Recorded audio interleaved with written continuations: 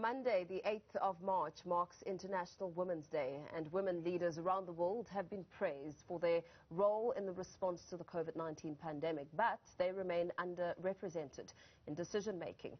This year's Women's Day focus on the need to build back better, since women represent 54% of overall job losses. To discuss how mentorship and wealth management can help to close the gender gap, we'll be joined in a short while by Director at Uyandiswa, Amanda Dambuza, as well as founder of Wealth at Work, Jolly Mokorosi.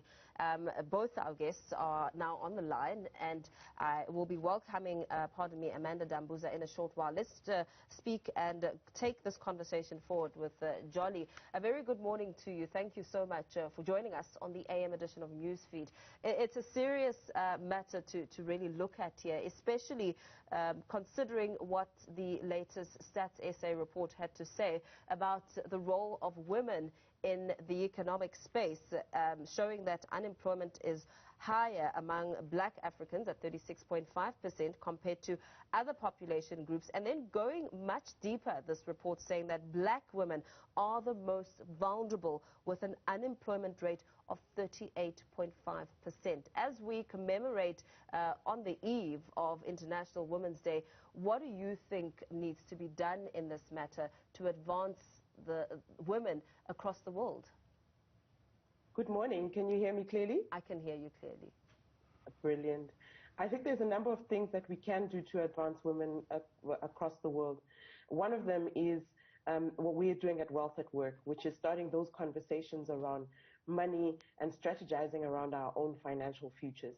Unfortunately, as women, we are socialized to leave important details of our future like that to men. We are socialized that there's somebody else who will take care of us, when really in this current modern existence and modern way of living, it's not a way that aligns with the way the world works at the moment. So certainly we're trying to bring those conversations to the table through Wealth at Work.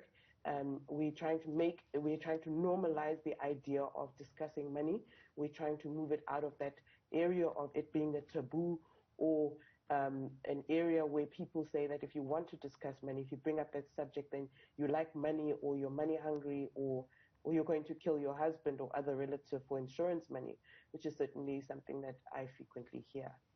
And it's an interesting part that you speak of here when you speak about how women, or perhaps as young girls, you're socialized with certain perceptions on what money is and what your relationship with money should be.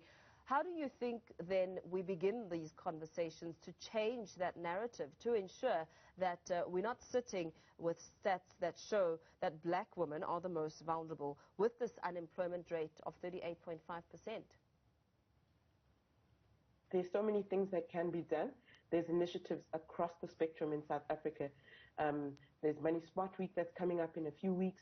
That's really trying to target the lower end of the market. But what we find is that once you hit a certain income level, those subjects begin to disappear. And one thing I certainly want to encourage us, just as South Africans, is actually start to have those conversations with your children. Even my own children felt very uncomfortable when I started talking about things that will happen, for instance, in the eventuality of my death, what they need to do, what the steps that they need to follow. Families don't want to have that conversation. My own husband didn't want to have that conversation. But I find, being a financial services professional that deals with this thing quite often, it is the woman who is stuck half the time with the burden of trying to figure out what to do once the breadwinner has passed away. So firstly, have those conversations. Secondly, if you have a business, involve your children. From a very young age, all my children were involved in all my businesses or any initiative that I had that had to do with making money. Take away the mysticism around making money, because what happens is when we do not involve our children, money becomes something that's mysterious and far in distance. It stops being a tool by which we are able to move forward and craft our own futures. It becomes we become a servant to money as opposed to money being a servant to us. And it's not just about money. It's those things that help us, and that's the whole concept of Wealth at Work. It's about those things that help us put those strategies forward. That's why we call it financial strategies. It's not financial planning. Financial planning is important, but it's one component of what we need to do. Those strategies that help us move forward, whether it is the fact that we've joined groups. I've seen a group on Facebook. We'll be having a conversation with them as well around how do I save? How do I pay off my bond early?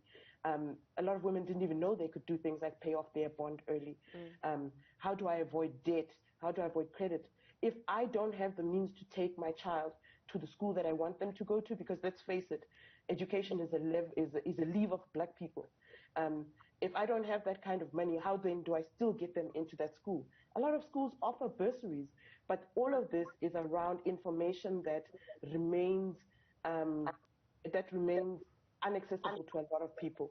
So we're just taking those conversations out of our private spaces into the public spaces where we can share with other people, where a light bulb goes off, an idea goes off, and people really see that, listen, I don't have to be stuck in accordance with my current circumstances, but I can actually move forward. Some inspirational words there. Thank you so much for your time.